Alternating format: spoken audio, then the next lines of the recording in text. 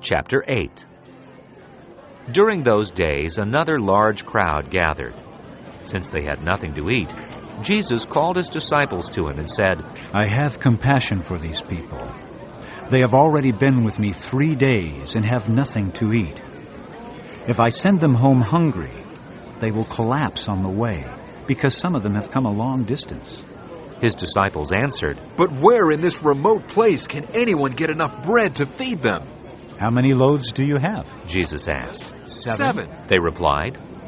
He told the crowd to sit down on the ground. When he had taken the 7 loaves and given thanks, he broke them and gave them to his disciples to set before the people, and they did so. They had a few small fish as well. He gave thanks for them also, and told the disciples to distribute them. The people ate and were satisfied. Afterward, the disciples picked up 7 basketfuls of broken pieces that were left over.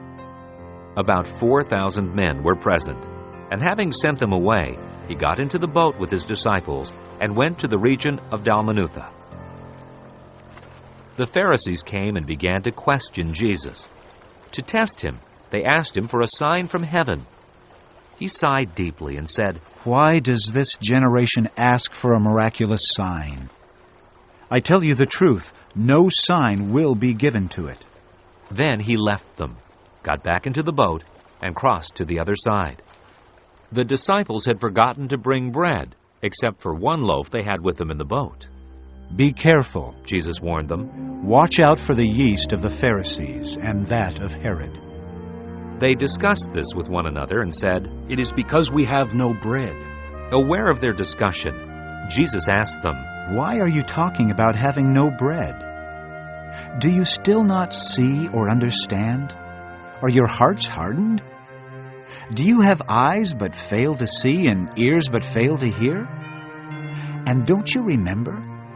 When I broke the 5 loaves for the 5,000, how many basketfuls of pieces did you pick up? 12, they replied. And when I broke the 7 loaves for the 4,000, how many basketfuls of pieces did you pick up?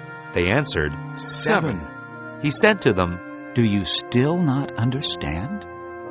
They came to Bethsaida, and some people brought a blind man and begged Jesus to touch him. He took the blind man by the hand and led him outside the village.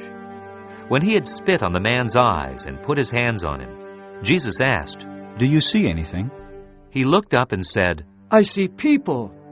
They look like trees walking around. Once more, Jesus put his hands on the man's eyes. Then his eyes were opened, his sight was restored, and he saw everything clearly.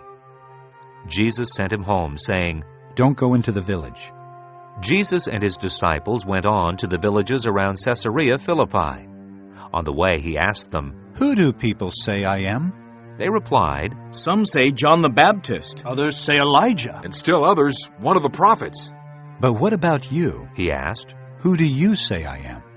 Peter answered, You are the Christ.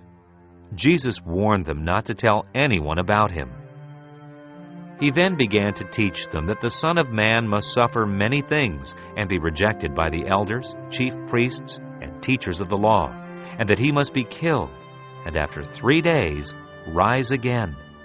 He spoke plainly about this, and Peter took him aside and began to rebuke him. But when Jesus turned and looked at his disciples, he rebuked Peter. Get behind me, Satan, he said. You do not have in mind the things of God, but the things of men. Then he called the crowd to him along with his disciples and said, If anyone would come after me, he must deny himself and take up his cross and follow me. For whoever wants to save his life will lose it. But whoever loses his life for me and for the gospel will save it. What good is it for a man to gain the whole world, yet forfeit his soul? Or what can a man give in exchange for his soul?